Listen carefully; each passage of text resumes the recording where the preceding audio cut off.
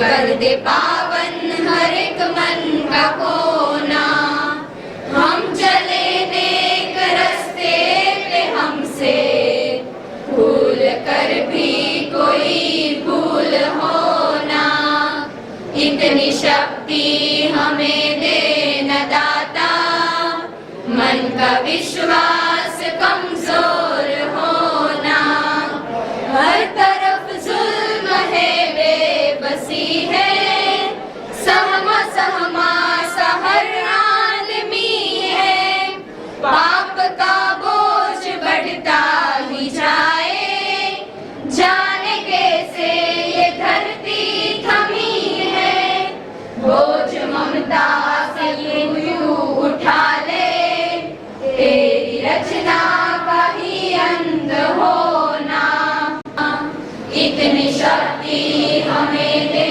न दाता, मन का विश्वास कमजोर होना, हम अंधेरे में दे रोशनी दे, खो न दे खुद को ही दुश्मनी से, हम सजा पाए अपने गले की, मौत भी हो तो सहने खुशी से, कल जो गुजरा है फिर से न गुजरे, आने वाला वो कल ऐसा होना, हम चले नेक रास्ते पे हमसे भूल कर भी कोई भूल होना, इतनी शक्ति हमें दे न दाता, मन का विश्वास कमजोर होना, हम चले नेक रास्ते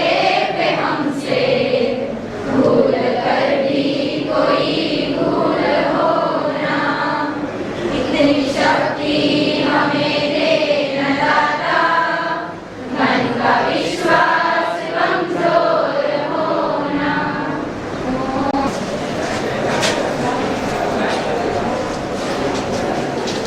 કોન્ફિડન્સ અને હાર્ડવર્ક જો એ બેનો સંગમ થઈ જાય તો સફળતાની સીડી તમે ઇઝીલી ચડી શકો છો. આવા જ કોન્ફિડન્ટ અને હાર્ડવર્કિંગ પર્સન આપણા કોલેજના પ્રિન્સિપલ શ્રી માનનીય મિસ્ટર આર.એસ. પટેલને હું નમ્ર નિવેદન કરીશ કે આપને થોડું માર્ગદર્શન આપશે.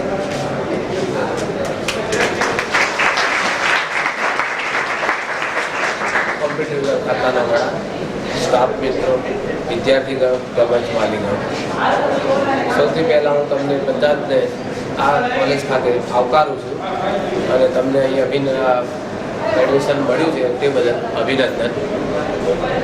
સ્કૂલ લાઈફ છોડીને હવે કોલેજ લાઈફમાં તમે પ્રવેશ મેળવ્યો છે, એટલે સ્કૂલની લાઈફ અને કોલેજની લાઈફમાં ઘણો ફેર છે. સ્કૂલની અંદર તમે મને પૂછતાછ કરતા રહેતા હશો, કોલેજની અંદર શું થાય છે, અલગ અલગ રીતે અલગ અલગ ડિપાર્ટમેન્ટ હોય છે, એ રીતે તમારે કાર્ય કરવાનું છે. હવે જે રીતે કોમ્પ્યુટર ડિપાર્ટમેન્ટ કઈ રીતે ફંક્શન કરે છે, તમારે આ સંસ્થા વિશે શું જાણવા જેવું છે, કયા વિભાગમાં તમારે જવું જોઈએ, કોને પૂછવું જોઈએ વગેરેની બધી જ માહિતી તમને આજ રોજ તમારે કોમ્પ્યુટર વિભાગના વડા થકી આપવામાં આવશે. Once again congratulation, thank you.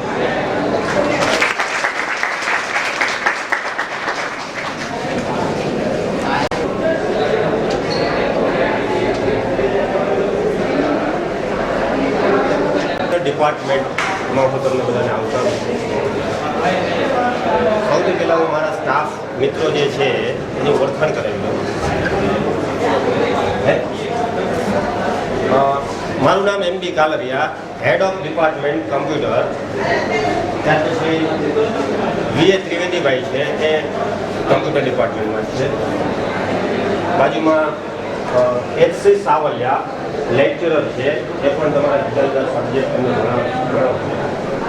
બાજુમાં જાડેજા સાહેબ છે લેક્ચરમાં. HC સતાસિયા સાહેબ, એ પણ તમને અલગ અલગ વિષયનું મતલબ લેક્ચર છે. પછી શોભેન સર છે લેક્ચરર. બાજુમાં મયુરબેન પુરોહિત છે, એ પણ તમને ટીચિંગ કરાવશે. અને રૂપાલીબેન, એ પણ અહીંયા સ્ટાફમાં છે.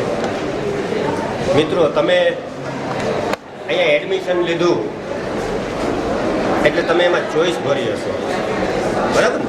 ચોઈસ ફિલ કરીએ છીએ. તમને જ્યારે એડમિશનની પ્રોસિજર તમને ખ્યાલ હશે કે ઓનલાઈન આપણે આ ચોઈસ ભરવાની હોય છે, એમાં તમે તમારી પસંદગી આપી હશે અને તમને અહીંયા એડમિશન મળ્યું. અને પહેલાં તમે કોલેજમાં કદાચ આવી ગયા હશો રિપોર્ટિંગ માટે.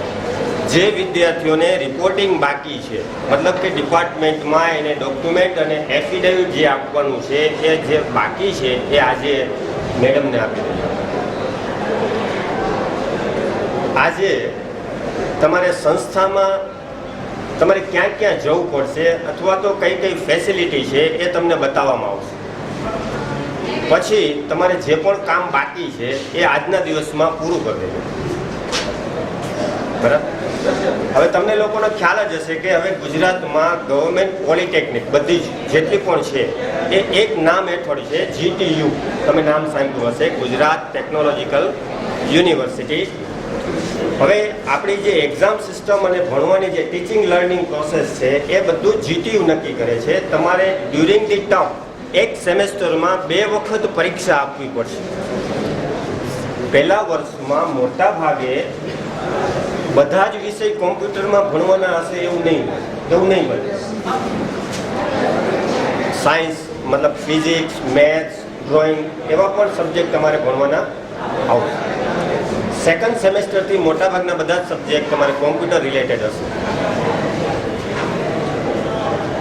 એટલે અત્યારે તમે ટાઈમ ટેબલ જોશો તો તમારે છે ને બીજા ડિપાર્ટમેન્ટમાં જવાની જરૂર પડશે કે ભાઈ મેથ્સનો લેક્ચર છે તો મારે ક્યાં જવાનું, ફિઝિક્સનો લેક્ચર છે તો મારે ક્યાં જવાનું, અથવા ફિઝિક્સની લેબ છે તો મારે બીજે જવાનું. એટલે આ પ્રોગ્રામ પૂરો થાય પછી તમને દરેક વિભાગ, હોસ્ટેલ, લાઇબ્રેરી એ બધું બતાવી દઈએ. પછી તમને ખ્યાલ આવશે કે ભાઈ ફિઝિક્સનું લેક્ચર છે તો મારે અહીંયા જવાનું. તમારા મનમાં અત્યારે એક ઇમેજ હશે કે ભાઈ સ્કૂલ, ઘણાને હજુ મગજમાં સ્કૂલ હોય કે તમે સ્કૂલમાં ભણતા હતા, પીરિયડ બદલાય, એવું બધું થાય. ત્યાં તમને કદાચ ટીચર ગુસ્સો પણ કરતા હોય કે ભાઈ કેમ. હવે અહીંયા તમારે તમારી જાતે આવવાનું છે. તમને અહીંયા ભણવાનું પુષ્કળ મળશે. અહીંયા લેક્ચર પણ વ્યવસ્થિત બધા જે પણ ટાઈમ ટેબલ શેડ્યુલ પ્રમાણે હશે એ પણ લેવામાં આવશે. પ્રેક્ટિકલ પણ એ જ રીતે લેવામાં આવશે. આ સંસ્થામાં કમ્પ્યુટર ડિપાર્ટમેન્ટમાં પુષ્કળ રિસોર્સિસ છે. મતલબ તમને કોમ્પ્યુટરને ક્યારેય મતલબ નહીં મળે એવું નહીં બને બેસવા, બરાબર? આપણે તો કોમ્પ્યુટર ઉપર જ કામ કરવાનું છે તો તમને કોમ્પ્યુટર બધાને મળશે. એટલે આ પ્રોગ્રામ પૂરો થાય એટલે તમારે બધાએ જવાનું છે. હવે જીટીયુમાં હવે તમારે ક્યારે એક્ઝામ છે, ક્યારે ફી ભરવાની છે, ક્યારે એક્ઝામ ફોર્મ ભરવાનું છે, એ બધું જ જીટીયુની સાઇટ ઉપર મૂકેલું હોય છે. બરાબર, જેમ તમે એડમિશન માટેની જે સાઇટ ઓપન કરતા હતા એમ જીટીયુની સાઇટ પણ છે. એટલે એ જોવાનો પણ તમારે હવે પ્રેક્ટિસ કરવાની કે જીટીયુમાં હવે નવું શું છે. એ ઉપરાંત આપણી કોલેજની પોતાની પણ એક સાઇટ છે, વેબસાઇટ છે, એ પણ જોતું રહેવાનું. હવે આ સેમેસ્ટરથી તમારે બીજા ડિપાર્ટમેન્ટમાં હવે જવું તો જાઓ.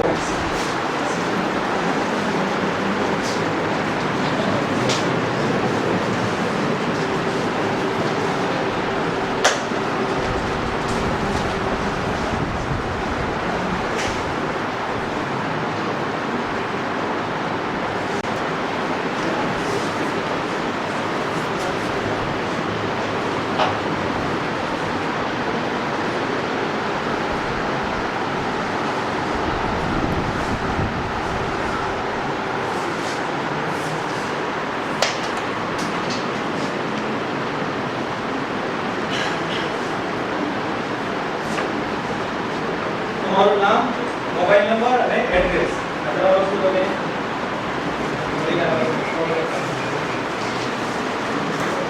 એટલે તમારો કોન્ટેક્ટ નંબર જે હોય, ઈમેલ આઈડી કોઈ પાસે હોય તો ઈમેલ આઈડી લખી લેજો. ઈમેલ આઈડી કોઈ પાસે છે, બધા પાસે ઈમેલ આઈડી ન હોય તો તમે ક્રિએટ કરી નાખજો, કારણ કે હવેથી તમારે કંઈ પણ ઇન્ફોર્મેશન છે એ તમારે મેઇલમાં આવશે. એટલે બધા ઈમેલ આઈડી ન હોય તો એક ક્વિકમાં કરાવીને પછી નાખી દેજો, તમારો ડેટાબેઝમાં બનાવશો એક્સેલ શીટમાં. એટલે એમાં તમે ડિટેલ બધી આવી જશે. બરાબર, તમને કાંઈ પણ એસએમએસ કે આવશે, તમારો જે મોબાઈલ નંબર લખ્યો છે એના પર આવશે. સપોઝ તમારી એટેન્ડન્સ ઓછી હોય તો અમે એને એસએમએસ કરશું, તો એસએમએસ તમારા એ મોબાઈલ પર આવશે. અને આ જે સાઇટ છે, સાઇટનું નામ લખી લેજો gpjam.com. તમારું જે પ્રોવિઝનલ ડિટેલ લિસ્ટ છે એ સાઇટ પર મુકાશે. બરાબર,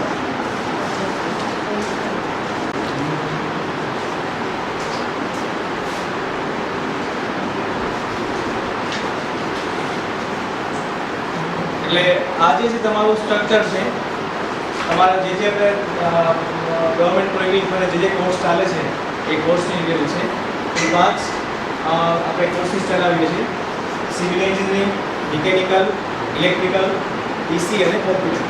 ઈસીમાં 2 શિફ્ટ ચાલે છે અત્યારે, 60 ઇન્ટેક અને 30 ઇન્ટેક, મોર્નિંગ શિફ્ટ અને ઇવનિંગ શિફ્ટ. મોર્નિંગ શિફ્ટમાં 60 ઇન્ટેક અને ઇવનિંગ શિફ્ટમાં 30 ઇન્ટેક. મોર્નિંગ શિફ્ટનો ટાઈમ અલગ છે અને ઇવનિંગ શિફ્ટનો, એટલે અમુક સ્ટુડન્ટ હશે એ મોર્નિંગમાં હશે, અમુક સ્ટુડન્ટ છે ઇવનિંગમાં. તો એનું ટાઈમ ટેબલ છે નોટિસ બોર્ડ પર મુકાઈ ગયું છે, તમારે એ લખી અને એ પ્રમાણે ટાઈમ ટેબલ પ્રમાણે આવવાનું રહેશે. કયા ક્લાસરૂમ છે એની ડિટેલ છે, તમારે જે ક્લાસરૂમમાં કોન્ટેક્ટ કરીને જે લેક્ચર અટેન્ડ કરવાના છે. ફર્સ્ટ યર માટે 116 નંબરનો ક્લાસરૂમ, સેકન્ડ યર માટે 314, થર્ડ યર માટે LRSU છે એમાં ક્લાસરૂમ છે, એ ક્લાસરૂમ. ત્યાર પછી લેબોરેટરી માટે કોમ્પ્યુટર લેબ, એમાં LRSU બિલ્ડિંગમાં આવેલી છે, અને બીજી ઇલેક્ટ્રોનિક્સ લેબ એ પણ LRSU બિલ્ડિંગમાં આવેલી છે. તો આ બંને લેબોરેટરીમાં છે આપણા બધા તમારા પ્રેક્ટિકલ જે છે એ ત્યાં પરફોર્મ થશે. આ જે છે આપણો સ્ટાફની ડિટેલ છે. કુલ 7 જણાનો સ્ટાફ છે. સ્ટાફની ક્વોલિફિકેશન અને એના એક્સપિરિયન્સ કેટલા છે એ વર્ષના. આ જે છે તમારા ફર્સ્ટ સેમેસ્ટરનું આખું સ્ટ્રક્ચર છે, કેટલા સબ્જેક્ટ છે, દરેક સબ્જેક્ટમાં કેટલા માર્ક્સ, કેટલી થિયરી, કેટલા પ્રેક્ટિકલ્સ મળશે. એટલે પહેલો સબ્જેક્ટ છે તમારો બેઝિક મેથેમેટિક્સ, પછી ઇંગ્લિશ અને બેઝિક ફિઝિક્સ. આ 3 સબ્જેક્ટ છે તમારે જનરલ ડિપાર્ટમેન્ટમાં ભણવાના રહેશે. એટલે એના માટે તમારે જનરલ ડિપાર્ટમેન્ટમાં જઈને જે સ્ટાફ હોય એ સ્ટાફ સાથે તમારે કોન્ટેક્ટ કરી અને લેક્ચર છે એ એટેન્ડ કરવાના રહેશે. બાકીના જે 2-3 લેક્ચર છે એમાં ECP એટલે electronics component and practice A subject છે તમારે ECP પાર્ટનો ભણવાનો છે. બેઝિક ઇલેક્ટ્રિકલ એન્જિનિયરિંગ BEE આ સબ્જેક્ટ છે એ ઇલેક્ટ્રિકલ ડિપાર્ટમેન્ટ રહેશે. એટલે એના માટે તમારે ઇલેક્ટ્રિકલ ડિપાર્ટમેન્ટમાં જઈ અને ત્યાં લેક્ચર એટેન્ડ કરવાના. અને basic computer and information technology A subject છે ECP પાર્ટમેન્ટ. તો ક્વેશ્ચન પૂછી લો. તમારી આ લોકો રેસ્યુમ ફોર્મ ને બધું ભરવાનું કે નથી એક્ઝામ પણ છે બધા સક્ષમ છે, બધા તમારા બધા જ પ્રશ્નોને સોલ્વ કરવા માટે એ એકદમ પાવરફુલ સક્ષમ છે, બધા કેપેબલ છે.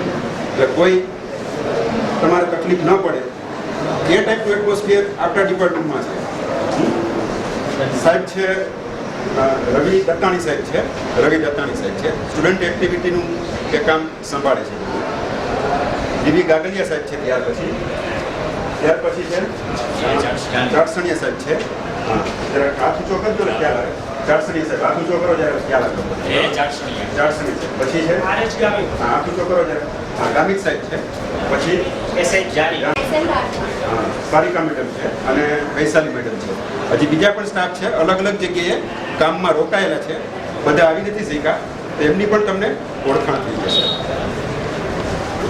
હવે તમારે અલગ અલગ એક્ટિવિટી હવે આવશે તમારે અલગ અલગ એક્ટિવિટી માટે. એ એક્ટિવિટીમાં આઈ કાર્ડનો પ્રશ્ન આવશે. કોઈને બોનાફાઇડ કઢાવવાનું થાય, એસટીનો પાસ મારે કઢાવવાનો છે, રેલવેનો પાસ કઢાવવાનો છે કે કંઈક ને કંઈક સર્ટિફિકેટ કે મારે કેરેક્ટર સર્ટિફિકેટ જોઈએ છે. આવા બધા તમારા તમામ રિક્વાયરમેન્ટ છે તમારી. તો એના માટેના તમારા જે સ્ટાફનું જે ગ્રુપ છે ફર્સ્ટ યર માટે પહેલું અને બીજું સેમેસ્ટર આખા વર્ષ માટે તમારા માટે જે સ્ટાફની નિમણૂક કરેલી છે કે આ કામ માટે તમારે એમને બીજા કોઈ નહીં. બરાબર? બીજા કોઈ નહીં. એ જે સ્ટાફ છે એમાં ચારસણીયા સાહેબ છે અને ગામિત સાહેબ છે.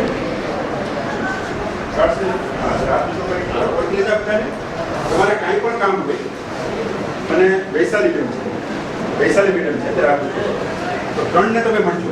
કાંઈ તમારું આ કાંઈ પણ વર્ક હોય ડિપાર્ટમેન્ટને લગતું તો એમને મળજો. ત્રણમાંથી કોઈક તો તમને અવેલેબલ હશે. બરાબર? મળશે જ અહીંયા જશે અથવા તો એનું જે સિટિંગ છે તમારું સિટિંગ ક્યાં છે 206 છે. બંને સાહેબનું સિટિંગ 206 સામેના રૂમમાં છે અને મેડમનું સિટિંગ છે આપણે કેવું છે કે 218 માં છે. તમને ત્રણમાંથી કોઈ તો મળી જશે. તમારું જે આઈ કાર્ડનું કંઈ કામ છે એ કંઈ હશે.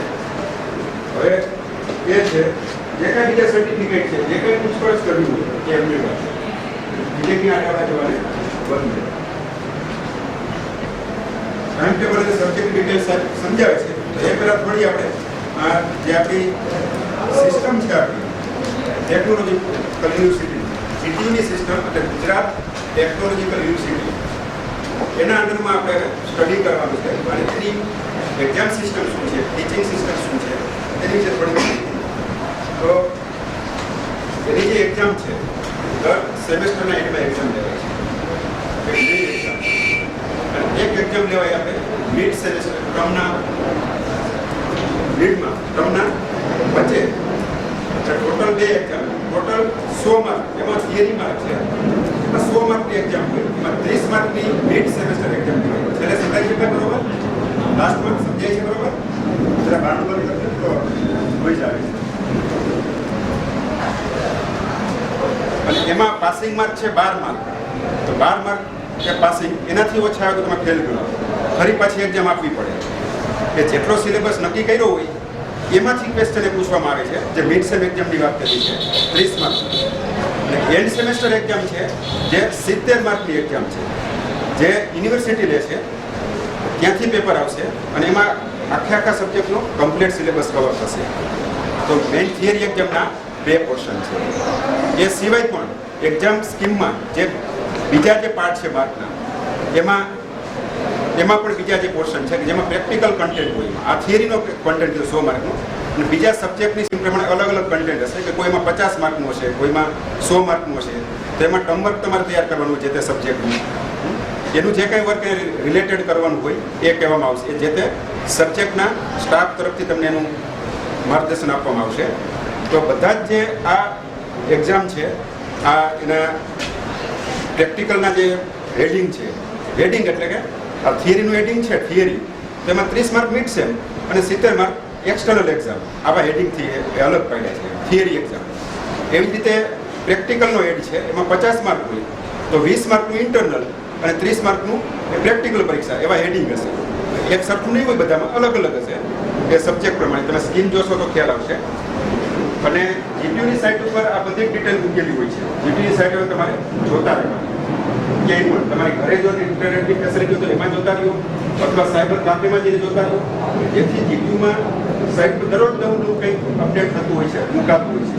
ટીચિંગ સ્કીમ શું છે તમારી, એનાથી બરોબર તમારે માહિતગાર રહેવાનું, જેથી કોઈ વસ્તુથી તમે અજાણ ન રહી જાઓ અને છેલ્લે ખબર પડે કે આ તો મને ખબર નહોતી. બરાબર, એવું ન થાય. તો આ જીટીયુની જે ટીચિંગ એક્ઝામ સ્કીમ છે, મિડ સેમ એક્ઝામ અને થોડીક બેકલોગની વાત કરીએ તો બેકલોગ એટલે શું છે, જેને તમે સામાન્ય ભાષામાં એટીકેટી કહીએ છીએ. એટીકેટી એટલે શું છે? તો નંબર ઓફ ફેલ્યોર સબ્જેક્ટની સંખ્યા. બરાબર. હવે જીટીયુના નિયમ પ્રમાણે પહેલું સેમેસ્ટર પૂરું કરશો અને બીજા સેમેસ્ટરમાં જશો તો બીજા સેમેસ્ટરમાં કોઈ પ્રોબ્લેમ નહીં આવે તમને રિટેનની સબ્જેક્ટના ફેલ્યોરને કારણે. બરાબર, ફેલ્યોરને કારણે ફેલ થાવ. હવે 2 હેડ આવે છે એક સબ્જેક્ટનો, એક મિડ સેમનો અને બીજો external theory. 30 mark mid sem અને 70 માર્કની થિયરી. એવા એક સબ્જેક્ટના 2 હેડ ગણે. બેમાં તમે ફેલ થાવ તો એ 2 હેડ કન્સિડર થાય. હવે એવા બેકલોગ ભેગા થાય, જેટલા પણ બેકલોગ, જેટલા પણ ફેલ્યોર, એને બેકલોગ તરીકે કહેવામાં આવે છે જીટીયુમાં.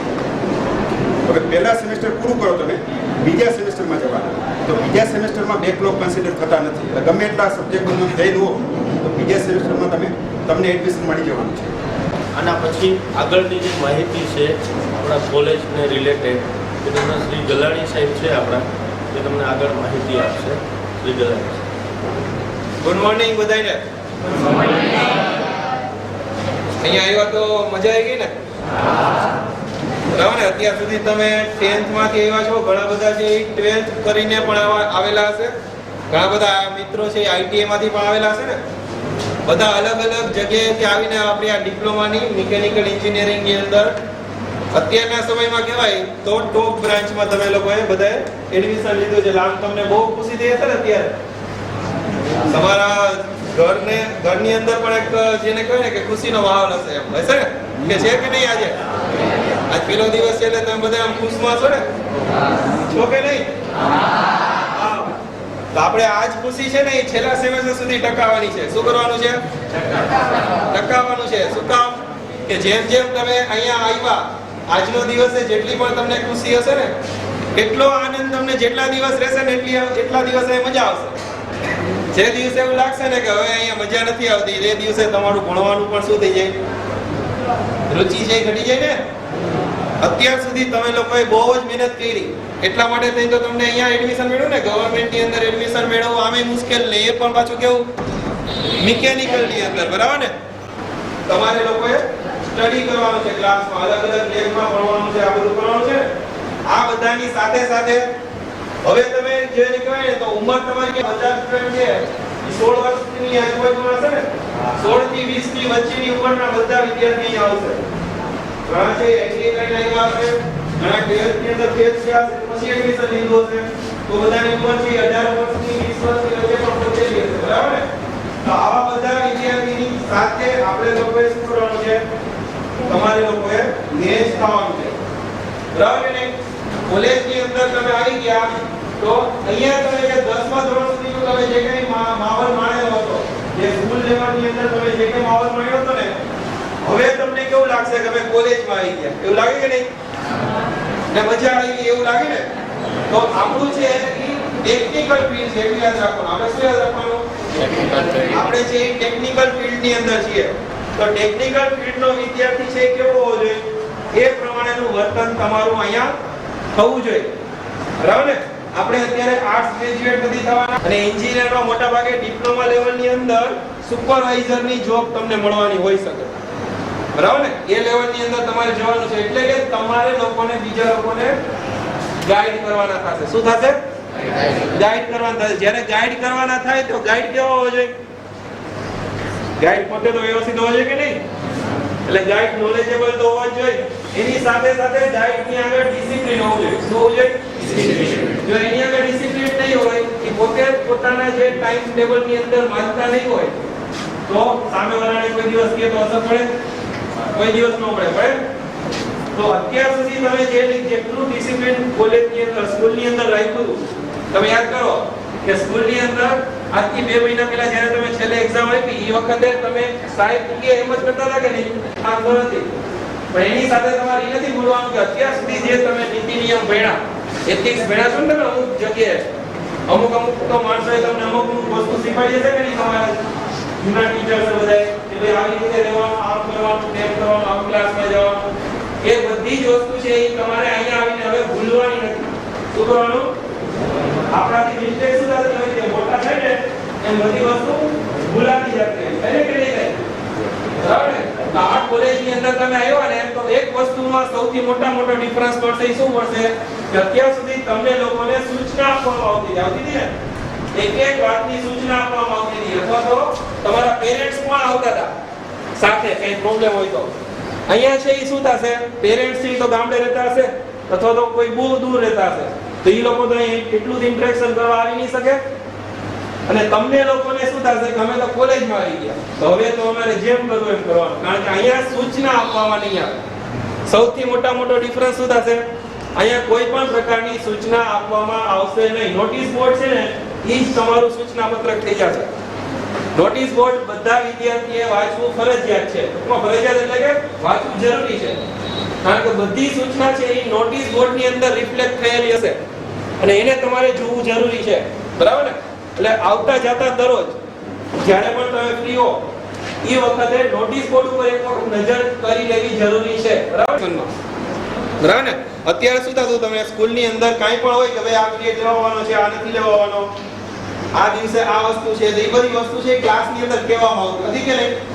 પણ અહીંયા શું થશે, દરેક પીરિયડની અંદર દરેક લેક્ચરર અલગ અલગ હોય, દરેક લેબ અલગ અલગ હોય, એટલે કોઈ એક ક્લાસ ટીચર ન હોય. સમજાય ને? કોઈ એક ક્લાસ ટીચર ન હોય એટલે આખા ક્લાસની જવાબદારી છે એ બધા ઉપર હોય, આખા ડિપાર્ટમેન્ટ ઉપર હોય.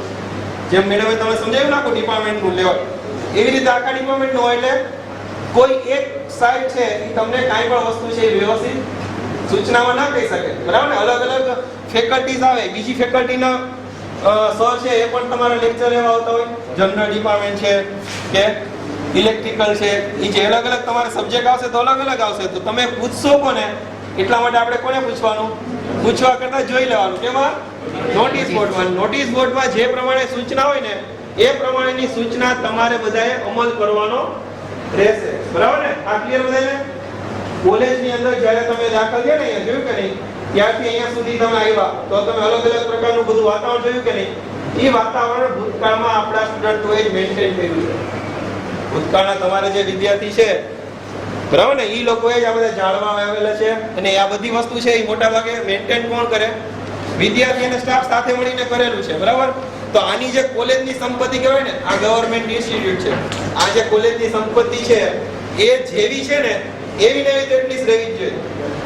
એનો ઉપયોગ તમે કરો ને એમાં જ અમે રાજી છીએ, પણ એનો ઉપયોગ છે એ ડિસ્ટ્રક્ટિવ માઇન્ડથી તમારે કરવાનો નથી. આ ક્લિયર બધાને? અહીંયા તમારી જેટલી પણ વસ્તુ તમને દેખાય છે એ બધી વસ્તુની સાચવવાની જવાબદારી કોની આવશે? તમારી. એને ડેવલપ કરવાની જવાબદારી તમારી આવે કે ભાઈ છે એના કરતાં વધારે સારું કેમ કરવું, છે એના કરતાં ખરાબ કરવાનું નહીં. બરાબર ને? આ છે એ શું થયું, તમારે આ વસ્તુ જેવી છે એવી રહે એટલા માટે થઈ અને તમારે આનું છે એ શું કરવાનું છે? મેન્ટેનન્સ કરવાનું છે. બરાબર ને? બરાબર રીતે અમે લોકો અપેક્ષા રાખીએ કે જેવી રીતે તમે અત્યાર સુધી છે એ કામ કર્યું છે સ્કૂલની અંદર, એવી જ રીતનું મેન્ટેનન્સ છે એ ફર્નિચરનું અને તમારી બધી વસ્તુ તમારે રાખવાનું છે. બરાબર? નાના નાના પ્રશ્ન છે એ સોલ્વ કેવી રીતના થશે કોલેજ લેવલે, કે આપણી જવાબદારી છે એ આપણે સમજવાની. હવે તો બધા મેચ્યોર થઈ ગયા ને, તો હવે તમે જે કઈ વસ્તુ લઈને આવ્યા છો એ જ વસ્તુ બધી તમારે પોતાને વાપરવાની અને એ જ વસ્તુ સંભાળીને લઈ જવાની. બરાબર? એ વસ્તુ ખોવાય નહીં એની જવાબદારી કોની હોય? તમારી પોતાની. બરાબર? કોલેજની અંદર છે એ મોબાઈલ લઈ આવવાની છૂટ નથી. બરાબર છે? તો એ તમારે વસ્તુ નહીં લઈ આવવાની. જે વસ્તુ તમારે લઈ આવવાની છે શું, જે મેડમે કીધું નહીં, જેટલી વસ્તુ તમારે પ્રેક્ટિકલની અંદર જરૂરી છે, સમજો કે તમારે એન્જિનિયરિંગ ડ્રોઈંગ સબ્જેક્ટ આવશે, તેનું તમારે શું લેવું પડે? ડ્રોઈંગ બોર્ડ, ડ્રાફ્ટર, એ રીતે લઈ આવવાનું. વર્કશોપ જ્યારે આવે વર્કશોપ, તો વર્કશોપની અંદર તમારે લોકોએ એપ્રનની ખરીદી કરી જ લેવાની છે અત્યારથી. વર્કશોપની અંદર શૂઝ પહેરીને જવાનું, એપ્રન પહેરીને જવાનું, આ બધું તમારે જરૂરી છે. તો એની અંદર ઈ ડિસિપ્લિન રાખવાનું. વર્કશોપની અંદર એટલે કે મોટા ભાગે આપણે મિકેનિકલ એન્જિનિયર થવાના ને, તો આપણો મોટા ભાગના સબ્જેક્ટ છે ને એ વર્કશોપ રિલેટેડ આવશે. કેના રિલેટેડ? વર્કશોપ એટલે કે મશીનરીને રિલેટેડ. તો મશીનને છે એ ત્યાં આગળ આપણે જઈએ વર્કશોપમાં, તો આપણે મશીન છે એની સાથે કામ કરવાનું હોય, તો તો મશીન જે રીતે છે ને એ રીતે જ કામ કરે. ઇન્સ્ટ્રક્શન એને આપણે આપી નથી શકતા, એને તમારે જોઈ વિચારીને વાપરવાનું, બરાબર ને? મન ફાવે એમ કે ભાઈ જાતા જાતા આપણે મશીનને આમ અડતા ગયા ને કંઈક જે સેટિંગ હોય બગાડતા ગયા, આવું કરો તો શું થાય? એના પછી જે બેચ આવે ને એનું તો ધ્યાન ન હોય, એને નુકસાન થવાની સંભાવના હોય કે નહીં? એટલે વર્કશોપની અંદર તો તમારું ડિસિપ્લિન છે એ મોસ્ટ રહેશે, બરાબર ને? કોઈ પણ વસ્તુને ખબર ન પડે ને ત્યાં સુધી આપણે કાંઈ અડકવાનું જ નહીં. દરેકે દરેક લેબની અંદર એની અંદર કોઈ પણ સ્ટાફ છે આપણે એપોઇન્ટ કરેલા હોય, એ જ્યાં સુધી ન કે ને ત્યાં સુધી કાંઈ પણ વસ્તુ અડવાની નહીં, બરાબર ને? વર્કશોપ રિલેટેડ કહું છું.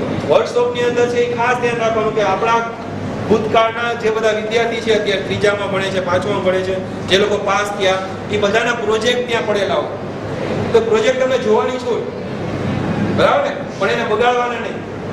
વર્કશોપની અંદર તમે જાશો ને સૌથી પહેલે તમારી લેબ આવશે ને એની અંદર અમુક વસ્તુ તમારે લઈને આવવાની થાય, મશીનિંગ માટે થઈને, ફાઇલિંગ કરવા માટે થઈને. તો ફાઇલ ને એ બધું જે તમારે બેન્ચ વાઇઝ ને બધું હોય એની અંદર જે તમારે કામ કરવાનું હોય એ એટલા રિલેટેડ જ કરવાનું. વર્કશોપના કોઈ પણ ટેબલ ઉપર બેસવાનું નહીં. શું કામ નહીં બેસવાનું? શું કામ નહીં બેસવાનું? એ જે ટેબલ છે એ બેન્ચ વાઇઝ છે ને, તો બેન્ચ વાઇઝ જેના ઉપર લગાડ્યા છે એ બધા આપણી શું છે? રોજીરોટી છે કે નહીં? ભવિષ્યમાં આપણને કોણ કમાણી કરી આપશે? એ જ આપવાનું. તો એને આપણે કોઈ દિવસ પગ લગાડાય ન લગાડાય, એટલા માટે એની ઉપર નહીં બેસવાનું, બરાબર ને? આ તો આપણે એક બેસિક ડિસિપ્લિન આવે ને. આપણે જે બેન્ચ ઉપર બેસીએ છીએ એ બેન્ચ ઉપર પણ નહીં બેસવાનું. આ તો તમને સમજાવ્યું હશે ને ભૂતકાળમાં, પણ તમે ભૂલી ના જતા એ વસ્તુ, બરાબર ને? જે વસ્તુથી આપણને કંઈક શીખવા મળતું હોય, જેનાથી આપણને વિદ્યા મળતી હોય, વિદ્યાને કોઈ દિવસ પગ મરાય ના મરાય. કોઈ મારતું હોય તો એને કહેવાય ભાઈ તું ધ્યાન રાખ, આ વસ્તુ ન કરાય, બરાબર ને? આ બેઝિક ડિસિપ્લિન છે એ તમારે જાળવવાની છે. જે તે વખતે તમે ક્લાસમાં આવો, સમજો 7:30 નો તમારે લેક્ચર હોય સવારે, તો 7:30 થી પહેલા છે ક્લાસમાં આવીને આપણે બેસી જવાનું. સર આવવાની રાહ જોવાની નહીં, બારે નહીં ઉભો રહેવાનું. આપણે શું કરવાનું? તમને ક્લાસ એલોટ કરેલો હોય કે નહીં, જે તે વખતે ટાઈમ ટેબલ પ્રમાણે 7:30 થી 8:30 કે પછી ગમે તે ટાઈમે જેટલા વાગે પણ લેવું હોય એ જગ્યાએ તમને એલોટ કરેલું હોય, આ જગ્યાએ આ ટાઈમે તમારે પહોંચવાનું છે. તો તમારે બધાએ શું કરવાનું? એ જગ્યાએ પહોંચી જવાનું. સરની રાહ નહીં જોવાની, કારણ કે સરને તો શું થાય, એક લેક્ચર પૂરું કરીને બીજા લેક્ચરમાં આવતા હોય તો 2-5 મિનિટ આમ તેમ પણ થઈ શકે. તો બારે ઊભું નહીં રહેવાનું, આપણે શું કરવાનું? ક્લાસમાં બેસવાનું, બરાબર? અને તમે જેમ જેમ અહીંયાથી ફેમિલિયર થશો એમ તમને ખબર પણ પડી જશે કે ફર્સ્ટ યરના સ્ટુડન્ટ માટે, એટલે કે ફર્સ્ટ સેમેસ્ટરના સ્ટુડન્ટ માટે કયા કયા ક્લાસ એલોટ કરેલા છે તમને લોકોને, અમે. તો આપણે છે એ જ ક્લાસની અંદર છે ને એ આપણો ક્લાસ છે એમ સમજીને ત્યાં જ બેસવાનું. અને એની અંદર જે કઈ વસ્તુ છે એ બધી વસ્તુ સંભાળવાની જવાબદારી કોની આવે? આપણી આવે, બરાબર? તો આપણે મિકેનિકલ ડિપાર્ટમેન્ટ પૂરતું અમે લોકોએ એવી રીતની વ્યવસ્થા કરેલી છે કે દરેકે દરેક ક્લાસની અંદર સ્ટુડન્ટનું ઇન્ટરેક્શન એકબીજા વચ્ચે વધે. કારણ કે અત્યારે તમે અલગ અલગ ગામથી આવેલા હોય ને, અલગ અલગ જગ્યાએથી હોય, અલગ અલગ સબ્જેક્ટ ભણીને આવેલા છો, તો એકબીજા વચ્ચે ઇન્ટરેક્શન વધે ને એટલા માટે આપણે શું કરશું કે દરેક ડિવિઝનની અંદર સ્ટુડન્ટના ઇન્ટરેક્શન માટે અને ડિસિપ્લિન જળવાઈ રહે અને દરેક વસ્તુ છે એ વ્યવસ્થિત તમને લોકોને મળી રહે, એટલા માટે થઈને આપણે શું કરશું? દરેક બેચ વાઇઝ તમારી બેચ પડશે ને M1 થી M9 મેડમે કીધું ને પ્રમાણે, તો દરેક બેચની અંદરથી આપણે કોઓર્ડિનેટર નક્કી કરશું, બરાબર ને? એને આપણે બદલાવશું. દર મહિને છે એ કોઓર્ડિનેટર આપણે બદલાવી નાખશું. કોઓર્ડિનેટર શું કામ? એક કોઓર્ડિનેટર હોય તો એ કોઓર્ડિનેટ કરી શકે ને ભાઈ. આખી બેચ છે ક્યાંય ક્વેશ્ચન થયો તો આખી બેચના બધા વિદ્યાર્થી છે એ સાહેબને મળવા જાય કેવું લાગે?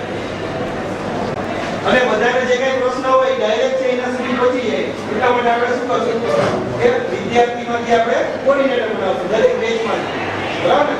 એ લોકો શું કરશે કે જે સૂચના આપે ને એમ સમજવાનું અમે તમને સૂચના આપી જે હવે તમે દરેક ટીકો કરતા જાય, બરાબર? પણ વાં જવાની પે આળસ થાય તો એ પાછળના પંખા ચાલુ રહે, બરાબર? પંખા ચાલુ ના રહેવા જોઈએ. પંખા જો ચાલુ રહી જશે, અમને ખાતરી છે કે હમણાં જ આ ક્લાસ ફીટો અને 5 મિનિટ પછી નીકળા અવાજ આવે જોયું કે આના પંખા તો ચાલુ છે એટલે પેનલ્ટી આવશે એ ક્લાસને. અને પેનલ્ટી તો બહુ હળવી રાખી છે, બરાબર? પર સ્ટુડન્ટ 1 રૂપિયો રાખી છે ખાલી. એટલે તમારા ક્લાસમાં 60 હોય તો 60 રૂપિયા ભેગા થવા જોઈએ, બરાબર? એ ભેગા કરવાનું અમે બેન્ચ વાઇઝ સ્ટુડન્ટને સોંપી દેશું કે C1 માં આને ભેગું કરવાનું, C2 માં આને ભેગા કરવાનું, અને ઘણા એમ કે 1 રૂપિયો ના દે સાહેબ શું કરશે, બરાબર? પણ તમે 1 રૂપિયો સામેથી દોડીને દેવા જાશો, કારણ કે અમે તો બીજું કાંઈ નહીં કરીએ. અમે એમ જ કહેશું સીએની લેબ આવશે ત્યાં કા સીટુની લેબ છે ને, એને 1 રૂપિયો આપ્યો હોય ને એટલા જ અંદર દાખલ થાય. તો નહીં દીધો હોય ને ભેગા કરતો હોય છે ને ગોત છે ક્યાં છું, હાલે ભાઈ તો મારો રૂપિયો જોતી લઈએ બસ. અમે બીજું કાંઈ નહીં કરીએ, અમે જાણે રૂપિયો દેવો જ પડશે, બરાબર? એને બધા લોકો એને એકવાર આપે છે. એમાં કોઈ એમ કહે છે કે તે દિવસે હું તો ગેરહાજર હતો, મારે દેવાનો, આ એને દેવાનો, ગેરહાજર હું કામ હતો, બરાબર? એને એનો દેવાનો છે એટલે એમ નહીં માનતા કે મેં પંખા ચાલુ નહીં એનો દઉં છું, ગેરહાજર હતો ને એનો દઉં, બરાબર? કોઈ કે અમે તો વહેલા નીકળી ગયા હતા અને આ પાછળ તો ઓલા હતા, એવું કશું સાંભળવા નહીં આવે. બસ 1 રૂપિયો શાંતિથી થઈ જાય. પછીની વાત પછી આ સામેનો ક્લાસ છે એને એકવાર આપ્યો 1 રૂપિયો, 100 હતા, 100 રૂપિયા ભેગા થયા, અમે આખો વર્ષમાં 1 રૂપિયો લાગ્યો. અમે તો રાહ જોઈ તો ચાલુ કેમ રાખો, તો એ પૈસા આવે ને ડિપાર્ટમેન્ટમાં એક ભંડોળ રાખ્યું, બરાબર? એ ભંડોળ ડિપાર્ટમેન્ટમાં ચૂંટાયું. એ ડિપાર્ટમેન્ટની એક્ટિવિટી અમુક સરકારમાં ના કરતા હતા નાના મોટા એવા એમાં કહીએ એટલે એમાં નાખીએ, અમે નથી નાખીએ. એટલે એમાં તમે બધા પગાર ચાલો એટલે સારું, ભંડોળ થોડું મોટું નાખીએ.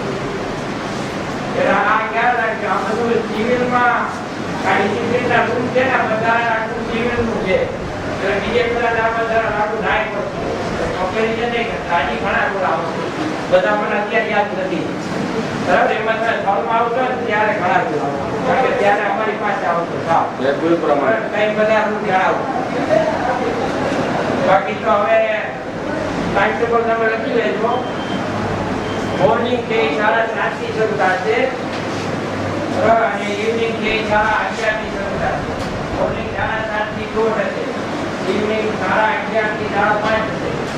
2 કલાકની બંનેનો ઓવરલેપ છે, બરાબર? પણ ક્લાસરૂમ ઓવરલેપ નહીં.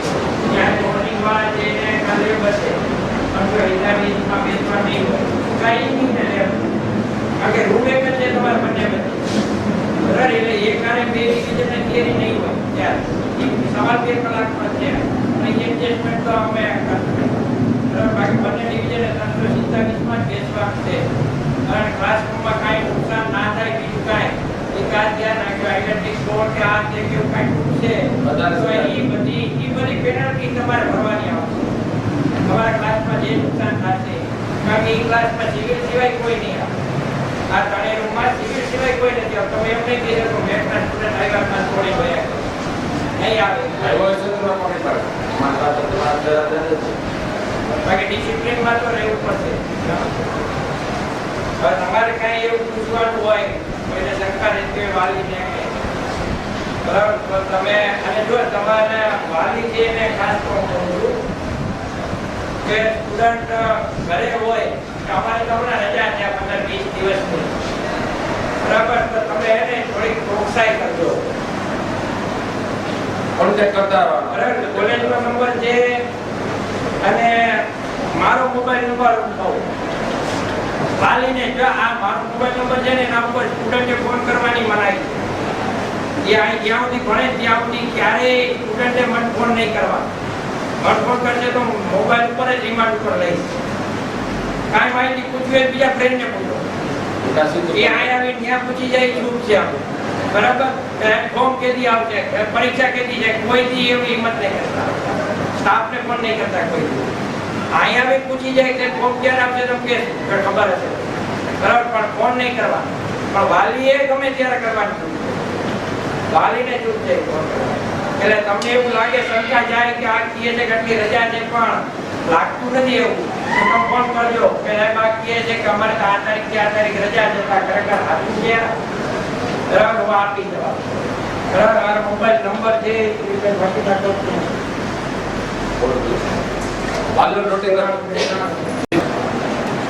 અને અમને એવું લાગશે જો વાલીને અમે ફોન કરશું ત્યારે કેવું લાગશે કે તમારું સંસ્થાન છે એનું બિહેવિયર અમને વ્યાજબી લાગતું નથી, બરાબર?